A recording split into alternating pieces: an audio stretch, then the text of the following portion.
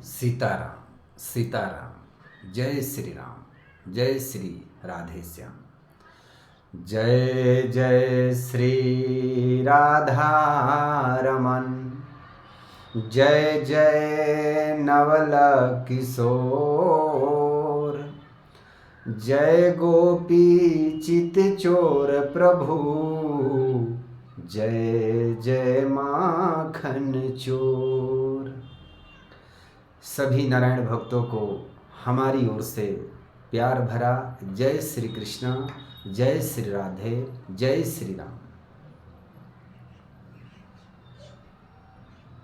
भक्ति मार्ग में चलने से पहले,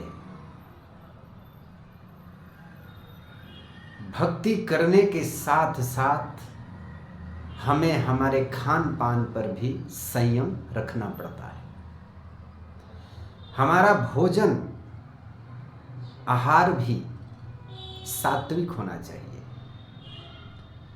यदि भोजन हमारा सात्विक होगा तो हमारा विचार भी सात्विक होगा और प्रभु के भजन में मन भी लगेगा। भोजन और भजन सात्विक होना चाहिए और हमारा संग बहुत जरूरी है। भक्ति में परमात्मा को पाने के लिए चार चीजों को जीतना पड़ता है। कोई ज्यादा कठिन काम नहीं है, लेकिन ना करने वाले के लिए तो बहुत बड़ा कठिन काम है। परमात्मा को पाने के लिए, गोविंद को पाने के लिए चार चीजों का जीतना बहुत जरूरी होता है। वो चार चीज कौन कौन से हैं? यही प्रश्न भागवत में महाराज परीक्षित पूछते हैं अपने गुरुदेव सुखदेव स्वामी से कि भगवान, परमात्मा को जीतने के लिए या प्रभु के चरणों में मन को लगाने के लिए क्या करना चाहिए? ये मन तो बड़ा चंचल है, ये तो टिकता ही नहीं, कभी यहां कभी वहां कभी वहां। ये तो हवा से भी तेज दौड़ता है, घोड़ा से भी तेज दौड़ता है। तो गुरुदेव कृपा करके ये बताइए कि प्रभु में ये मन लगे कैसे, और लगे तो फिर इसके लिए क्या करना चाहिए? गुरुदेव ने मुस्कुराते हुए कहा परीक्षित से कि परीक्षित, इस मन को जीतने के लिए कोई ज्यादा संयम की जरूरत नहीं है, बस चार चीजों को जीतना पड़ता है। कौन कौन से? जितासनो, जित श्वासो, जित संगो, जीतो इंद्रिय, सथूल गगवत रूपा, संधार योग विद्या। माने जितासनो, सबसे पहले यदि भगवान की भक्ति में मन ना लगे तो इसका साधारण उपाय है, भगवान के सामने में बैठना सीखो। जितना ज्यादा हो सके उतना भगवान के सामने केवल बैठना सीखो। एक जगह कम से कम आज 10 मिनट, कल 20 मिनट, परसों 25 मिनट, आधा घंटा। तो पहले आसन को जीतो, पहले बैठना सीखो। अगर बैठने पहले आसन को हमने जीत लिया, इसके बाद गोविंद की माला करना शुरू करो, प्रारंभ करो। या तुमने कोई गुरु मंत्र लिया हो, किसी को गुरु बनाया हो, तो यदि आपके गुरुदेव ने आपको योग की कोई विधि बताई है तो फिर इस योग को करना चाहिए। फिर संग भी हमारा साधु का होना चाहिए, संग भी हमारा भक्तों का होना चाहिए। यदि हम भजन करें, कीर्तन करें, यदि हमारा संग यदि भक्तों का ना हो तो भी बहुत बड़ा असर पड़ता है। कई बार ऐसा ही होता है लोगों के साथ कि भक्ति तो करते हैं, भजन तो करते हैं, लेकिन संग गलत होने की वजह से उसका रंग हमारे ऊपर नहीं चढ़ता है। इसीलिए संत कहते हैं कि संग भी करो तो भक्तों का करो या सत्संग का करो। तो हमें 4 चीज़ों को जीतना पड़ता है और ये कोई इतना कठिन काम नहीं है। क्यों कहा उन्होंने संग के बारे में? क्योंकि ये मन जैसा जहां जाते हैं, जैसी सभा में बैठता है वैसा ही बनना चाहता है। यदि हम सत्संग में जाते हैं तो सत्संग में लग जाता है,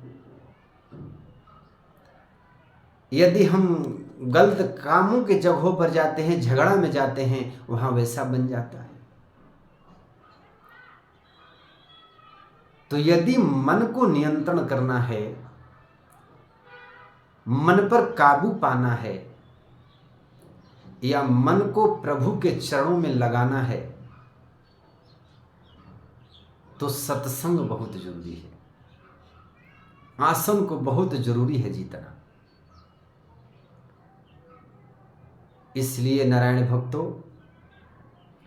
परमात्मा की भक्ति करने में हमें 4 चीज़ों का विशेष कर ध्यान देना पड़ता है। अगर इस 4 चीज़ों में यदि हमने संग को अच्छा कर लिया तो भक्ति ना भी करें तो भी हमारा जीवन सफल हो जाता है। और इन भक्ति में सबसे विशेष बात क्या है? भक्ति ना भी करें लेकिन यदि हमें सेवा करने का अवसर मिल जाए, वो भी निस्वार्थ। सेवा तो बहुत करते हैं, आज तो बिना लोभ का कोई सेवा होती ही नहीं है। आज बेटा यदि माँ बाप की सेवा करता है तो धन संपत्ति के लोभ में करता है, तो ये सेवा किसी काम का नहीं। गोविंद कहते हैं कि सेवा भी करो, निस्वार्थ करो, उसे कुछ चाहो मत। यदि आपने सेवा निस्वार्थ कर लिया तो ये बात लिखित है, ये प्रमाणित है कि आप सेवा के माध्यम से आप अपने भाग्य के प्रारब्ध को बदल सकते हैं। और सेवा करने से ही हमारे भीतर में भक्ति जागती है। हमें किसी का मदद करना चाहिए, ऐसी भाव जागता है। तो संग करने से सेवा जरूर करने का मन में ये अभिलाषा होने लगती है। कभी कभी हम चाह कर भी सेवा नहीं कर पाते हैं, हम किसी का मदद नहीं कर पाते हैं, ऐसा भाव जागता ही नहीं है। क्यों? क्योंकि ये संग का प्रभाव है। इसलिए महापुरुषों ने कहा है कि संग भी करो तो भक्तों का करो, संग भी करो तो साधु का करो, संग भी करो तो सत्संग का संग करो, जीवन सफल हो जाए। हम तो टाइम को बर्बाद कर रहे हैं इस माया के पीछे, लोगों की निंदा करने के पीछे, लोगों के नीचा दिखाने के पीछे हम समय को बर्बाद कर रहे हैं। और याद रखना, दुनिया में सब कुछ मिल सकता है पर ये जो समय आप बेकार बर्बाद कर रहे हो ना, ये समय कभी नहीं मिलेगा। इसलिए जितना समय बर्बाद हुआ उसे छोड़ो, जो समय बच गया है इससे अच्छे कामों में लगा करके भक्ति करो। बिना भक्ति का जीवन में इस भवसागर से पार नहीं हो सकते हो। बिना सेवा के भक्ति जाग नहीं सकती है। यदि माता पिता का भी भक्ति करते हो, सेवा करते हो, तो ही तुम साधु की सेवा कर सकते हो। तो सेवा हमारे जीवन में बहुत जरूरी है और संत यही संकेत देते हैं कि सत्संग करो, दीन दुखियों का सेवा करो, गौ की सेवा करो,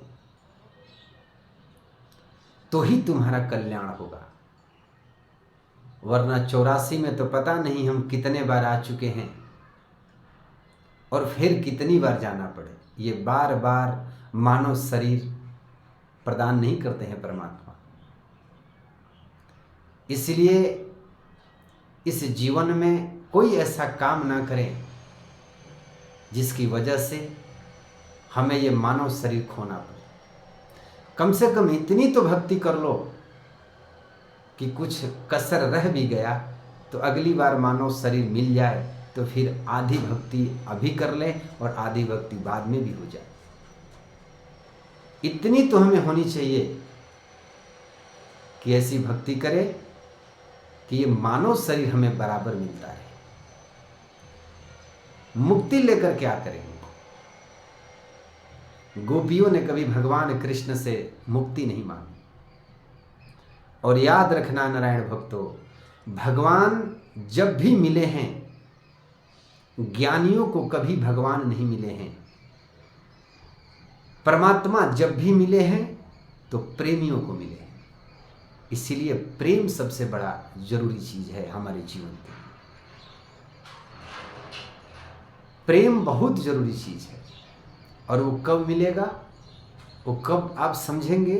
जब आप सत्संग करेंगे। ये दुनिया वाले जो प्रेम करते हैं, ये क्या प्रेम है? ये तो स्वार्थ का प्रेम है। प्रेम तो वो है जो निस्वार्थ प्रेम हो।